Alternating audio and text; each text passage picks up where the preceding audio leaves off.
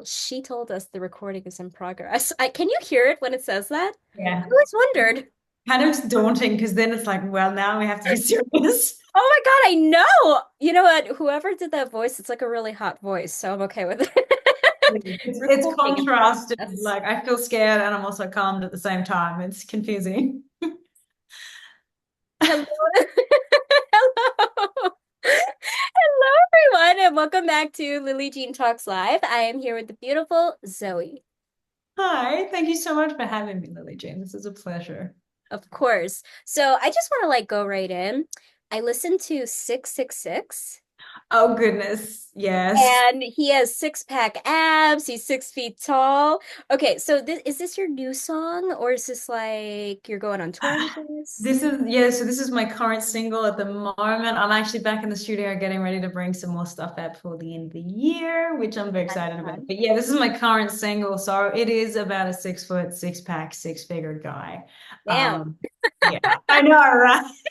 I did meet this like the guy who inspired the song, actually was a real guy. So I used to do a lot of busking on the streets back in the Okay. I lived in, I'm originally from Australia, lived in the UK for a long time and did a lot of performing there. And to get my start, I started busking on the streets because like when you're a new artist, nobody wants to put you in their venue because they don't know whether you can sell tickets or not. And so I ended up busking on the streets to get my start. And I remember that one particular afternoon, I was on the streets and I was performing. And to get anyone to stop and pay attention to you when you're busking is really tough because there is nobody there to see you. Like they're going from store to store or they've got somewhere Right. to be, like you're Oh, just in the way. Okay. So if you get someone to stop, it's like amazing. And I remember this one okay. afternoon in Glasgow, this guy stopped and he was gorgeous. And I'm like, oh my goodness, Wow, like, what's this? And I'm like singing my song and I'm checking so him out. hottie.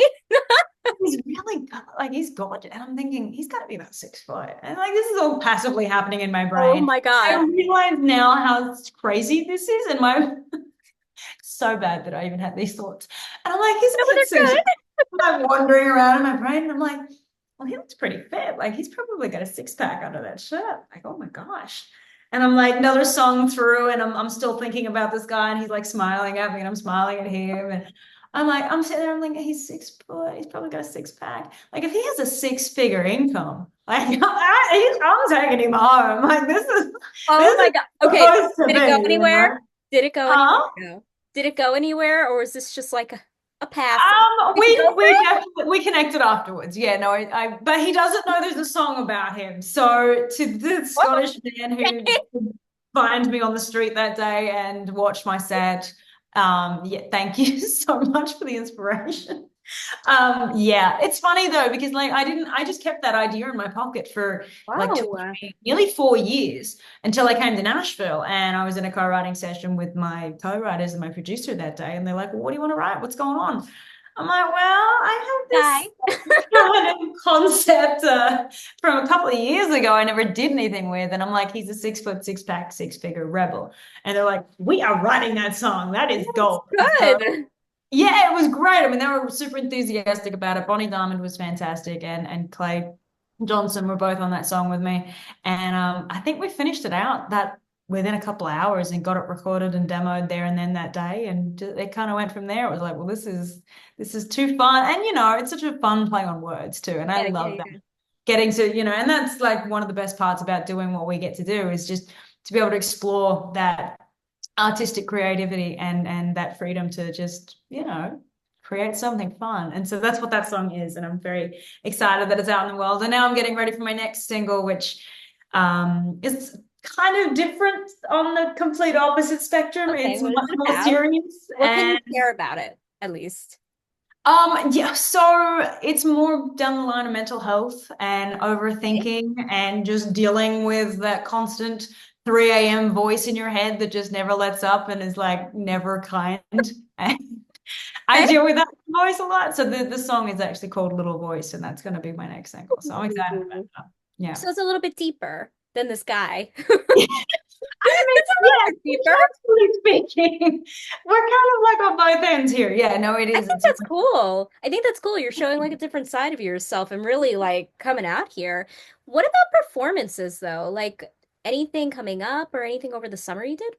I did some really fun shows over the summer. I've been very fortunate to get to play the legendary Bluebird Cafe quite a lot, and they keep having me back, which I'm very grateful for because It's that, a for anyone who sign. doesn't, Bluebird is, it's just Yeah. songwriter haven, and you get to hear the stories of these hit songs that you've maybe grown up with, and you Right. get to hear the writers that wrote them and how they really happened. And it's a beautiful experience to get to be in that room and to, play my songs and get to be a part of that. So I've been very fortunate to get to play there. I've played quite a few great shows this year. I got to play my first arena show here in Nashville, so I was very excited for that too. Exciting. And I just finished out my last band show for the year. So there'll probably be a couple more acoustic things before the holidays start rolling around and then gearing up for next year, which is going to be pretty jam-packed. I think it's going to be a good one. I'm excited. You know what you strike me as? You are going to make a really kick-ass holiday album someday. I don't know Oh, why. Like, I'm thank just feeling this vibe. Like, we're going to get like a really good one. Okay. you. Your singing voice reminds me a lot of like Carrie Underwood. Oh I my never gosh. got in that, but when she's like, You. I jammed his key into the car and this blah blah blah. That that depth resonates a lot with me with you. And so I'm like, oh my God, you're incredible. Oh, back at you. I appreciate you saying that. That's she's wonderful Oh my God, and I love her. Her oh my voice is beautiful. And by the way, country is not like my top, but I love how her songs like have a story. And I yeah. feel the story through your voice when you sing, and I love that very much. Thank you. That means the world. I grew up on story songs. Funny you say that because my parents had a huge record collection, and so I grew up Oh, listening to everything from 60s, 70s, 80s, like onwards. And of course, those records were a lot of them were story songs. From Christopherson to, James Taylor and Carole King and all these amazing storytelling songwriters. So that it's funny you pick up on that because that is all kind of in my these are musical DNA. we're like opposites. My dad, he was a session drummer in like the 60s and 70s. So there's tons of albums. Like there's an original like Aqualung album. Oh, So wow. Wow. um here I'm like the Who was playing when I was growing up. So Love like, that. really like heavy songs also. So like we got That's so Ozzy. funny because my mum was like that. My mum was the opposite actually to my dad in lots of Really? ways. We play really heavy stuff like Cold Chisel, AC/DC, There you go. Deep There you Purple, go. The Oh my Who. God. My dad was on the other spectrum with like Mel Haggard and like Credence and like all this Air Supply, Right, Bread. right. And so it was a beautiful contrast. And you'd like walk in the house and you just knew who had the record machine playing by Oh, I what was love that. Oh my God, I incredible. love that. So have they ever done something together? They just love music. I mean, my dad plays, but he's not like he just plays for fun. He loves to just play Oh, guitar nice. and pretty much you can throw anything in my dad's hands and he'll just figure it out. He's one of those Oh, very amazing. He's got one of cool. those brains I wished I had. Yeah, he's like he just does it because it makes him feel great, and I love that. And Right, that's where it started for me too. It was just right, campfires and sitting around and playing for family and entertaining friends and stuff. And it kind of I think that's a really great way for it to start because it's organic and I didn't really have any kind of leg up in the biz in any way. right, It wasn't like I was born into anything, but it definitely, when it kind of gets, because it does get tough sometimes. So it's a really great thing to be able to fall back on that and go, this is right, why I started. And you kind of remind yourself of like, this is why I get to keep going. And it's you get to keep going, you get to do this. And that's a really big shift in your minds too. right. And it's tough is to just remind yourself you get to do this. And it's such a privilege and to just be grateful. And I try, that's kind of like, Obviously, nobody's like that. You know that there are lots of people who just they're born into it, so it's very difficult to struggle to have to keep clawing your way up. And the best talents are those people, though. You know that hand in hand. The best talents are the people who had to really work to get there. right, So, right. something that's been curious to me is what is it like being in Nashville when you're all the way from all over the world? Like, how are you received? I'm Um, curious. I gotta say, like, since I moved here, I have been insanely welcomed, and they have been so kind to me, and people have really just welcomed me with open arms and like, you want to write a song? Like, let's do it. And doors have Huh? opened for me in beautiful ways that you don't expect when you come to a town full of so much talent and so much Right. competition.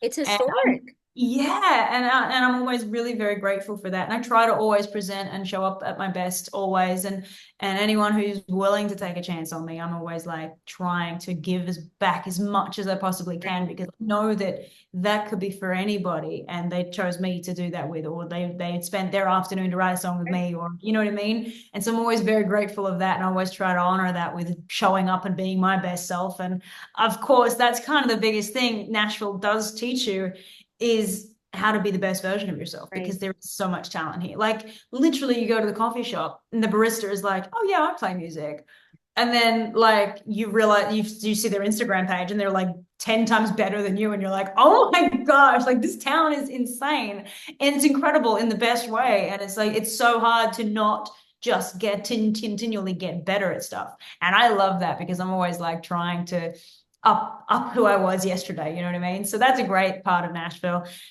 And of course the food is fantastic here. I really, really I love thought the of food. food with Nashville. What is food like? It's very hot, it's very chicken, it's very big, and there's, it's southern food. It's like I have to be so careful because I think the further south you go, the more rich the food and delicious the Ooh, food gets. what about the Like singing? I Is had it to do like, a gig in New Orleans actually. They okay, say New Orleans here. And I got to try some of the food down there, and oh my goodness, I was like, "Can I just amazing. take all this home? Like, this is so good." And I'm a foodie, so that's kind of it's a tough one, but it's a good problem to have. Jesus, if you come to New York, like it's like have a smoothie. It's the village right now. I don't know like what's going on, but like honestly, you could just get a smoothie. You have to wait till after 5 to actually eat. It's Oh, pretty Italian. Yeah, the village, it's changing a little bit where it's like just eat a lettuce leaf and you will survive. oh my gosh. Oh Yeah, God. Uptown, look, Uptown has like some nice restaurants. You know that. They're very beautiful, Yeah. very wow. But like you're gonna get like Michelin star portions like this big. Big Oh my food. goodness. So no, that's the total Little opposite bunny food. here. I So that's opposite though of Nashville. it's Totally like, here, do big you want portion. more? Yes.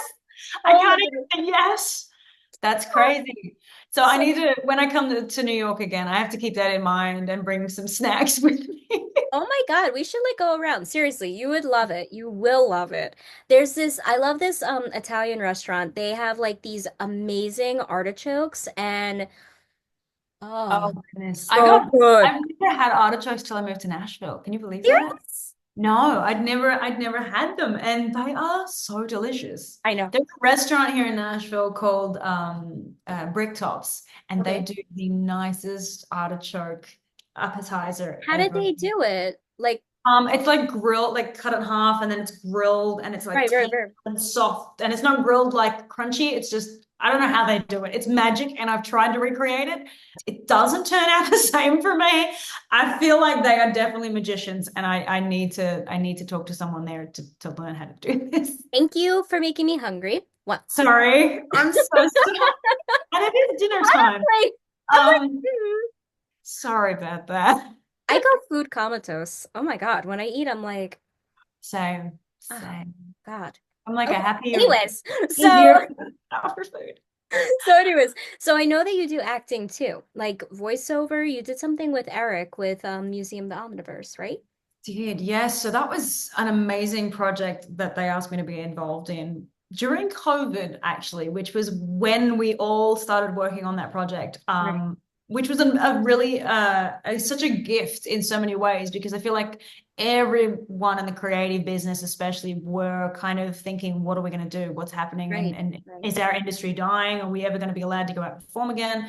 And Eric and Paul and the crew, they came to me with this project, and it was such a joy. And I remember I auditioned for a bunch of different roles, and they ended up pulling me out for Verlaine in Heart of the Dragon, and then as the narrator for the other show, the other book as well, which was just such a joy to get to be a part of both of those. And just getting to watch, and work with Eric and Tyrell Good, who both produced this. I mean, they were just such pros and so patient. I mean, we were doing recordings with Zoom with my home studio, and they were doing this with everyone in the cast, by the way, around the world in the middle of a pandemic. And they were like sitting on the Zoom call with me and being very patient, like, could you read that one more time, but do it with like a little more this or a little more that? And I'm like, yeah, of course. And and then I'd do another passage and he'd be like, all right, so I want to talk to you about what we're going to do. And he's just so patient. And that was such a big deal for me getting to, because that was really my first audiobook too that I've gotten to narrate, which I'm very excited about. Oh, Yeah. wow. Yeah, Banks of the City Thames. And it was such a joy. And of course, the cast is fantastic from Paul and Chick and Cara and everyone else who was involved in these two projects that I got to be a part of. And, finally getting to hear it all put together a couple of Sounds years amazing. later, it's amazing. And Yeah, again, yeah, I got to just put credit where it's due. I mean, yeah. Paul and Eric and Tariel and everyone who put all this together, just the work in making the cohesion and making it seem like everyone was in one room at the same time and it wasn't recorded around the world in a pandemic, which yeah is a phenomenal thing to them, and I'm very honored to have been a part of it. So. Do you think that you're going to do any more acting, like in the future? Like maybe Mhm. some doors opening for that? Or I'd love to. That's music? actually something I've been kind of working on in the background a little bit Okay, more. cool, Now cool. that I'm in Nashville and I feel like I've started to get Right. more of, settled in and kind of music and all that kind of stuff moving, Mhm. that is something that I'm definitely working on in closed, confined corners right now. So I'm excited for next year Class? and hopefully some more stuff to share very soon. Are you in class right now for acting or just like you're doing? I've done some stuff on the side for sure. There's a couple of classes here in Nashville actually I keep getting recommended to, so I'm thinking about sorting something out there. So yeah, it's one of those things though. I feel like music and acting and film Go all hand just kind in of hand. like they're hand in hand. Yeah. Well, And I'm music videos, you're acting in them. So whatever you take is just going to help improve, improve, improve, improve these little absolutely. skills. Yeah. And it's been one of those things too that I've always been very fascinated with. As a little girl, I used to put on plays and things for my family and make them watch and then make them tell me how good it was or how bad it was. And like they Did had you little get 10 charts to stars? critique everything. Huh? Did you get like 10 stars or were like they critical? No, they were pretty kind. I mean, I did have category boxes that they would check, and there'd be Stop, you like did this not. was good and Oh my God. bad. Oh no, yeah, no, I wanted honest feedback so I could progressively get better. So, it's one of those things, and it's kind of always sat with me, kind of like sitting here just wanting to do more with it. And then music kind of found me, and so that's kind of been the first step. And I feel like the rest of it's all just kind of starting to find its feet as well now too. Of course, starting with voiceovers, which is a beautiful crossover Right. from music into acting as well. So I'm excited for that. Are you with a record label? I'm just curious. Or Actually, I'm is it independent at the moment. independent? Okay, Yeah. very cool, very Yeah, cool. which is, I mean, it's such an interesting business right now as well. It's such a freelance place to be Mhm. at. Labels and independent artists are kind of like, it's TikTok and the internet and everything that has changed the business has just made it so much easier, but also so much harder to be an artist in the Right. sense being that if you're independent, you're doing absolutely everything a label would have once done for you. So from your music video shoots to writing the songs to producing the songs to, organizing all of the release schedules, the marketing, your social media, like everything, concerts, performances, all of it. You're doing your own bookings. So you're wearing a lot of hats if you're doing it independently. But you also do get to have creative freedom and you get Right. to call Right. the shots and go, hey, I just wrote a song that everyone loves and I did it last night. I'm going to put it out tomorrow. And you have the ability to do that. Right. Right. Whereas with a label, things are different and there's more politics involved. And so it's a bit trickier. But I mean, there is so many goods and bads to both. It just depends right now, I feel like, where you want to be. Right. And for me at the moment, it's just I like where it's at. So let's see. I mean, I'm open to talking with labels and things and stuff going that direction, but it just has to be the right thing. And it's like it's not Right. the end Right. all be all, you know what I mean? It's like it's got to be the right thing. And at the end of the day too, it's also it's like a family. Right. Everyone's got to have the same vision and kind of the same pull, and if that doesn't, cohesively work together, then it's probably not going to be the best choice. No, So I feel like I've known you forever. This is so weird. same here. Seriously. Zoe, this is all so amazing. Honestly, from your new song and new things coming out, which I'm very excited about. And of course, I think like maybe a Christmas album, maybe could be coming out next year, maybe. I don't know. I'm good at these things. And I also think that maybe you'll land a really good role. I also kind of feel that on you. I'm feeling it. So I don't know. I think it's going to be a really good year coming up. Where can people actually like see Zoe? Because I know you're like Zoe Music. I am Zoe Music on Yeah. Instagram and TikTok. I am Zoe Talk. I'm trying to think where else. ZoeMusic.com is my website as well. Okay, So I okay. kind of have everything there. You can just Google Zoe, but it's two E's, Zoe. And that's me. You'll find me Let pretty us much. do it. We'll do it You now. watch it not show up now that I've said. I know. It'll Just just come like up with empty. Zoe. That's great. But yeah, I try and stay pretty active on all social media, and I love to talk with fans and people online too. So just kind of Sure. making connections and stuff, and it's There there she should is. oh gosh, there it is. The hair is not quite as good today, but yeah. So that's kind of where you can find me, and I'm usually pretty active online, posting and keeping updated with what's going on, and you can reach out and email me or anything from there. So it's good. Okay, don't over email her because she's like a big star. And she doesn't need like she give her fan mail. Don't like give her like okay. Thank you everybody for watching Lillee Jean Talks Live. You guys could check this out on Apple Podcasts, Amazon, and my website, lilleejean.com. Bye. Thank you for having me. Yeah.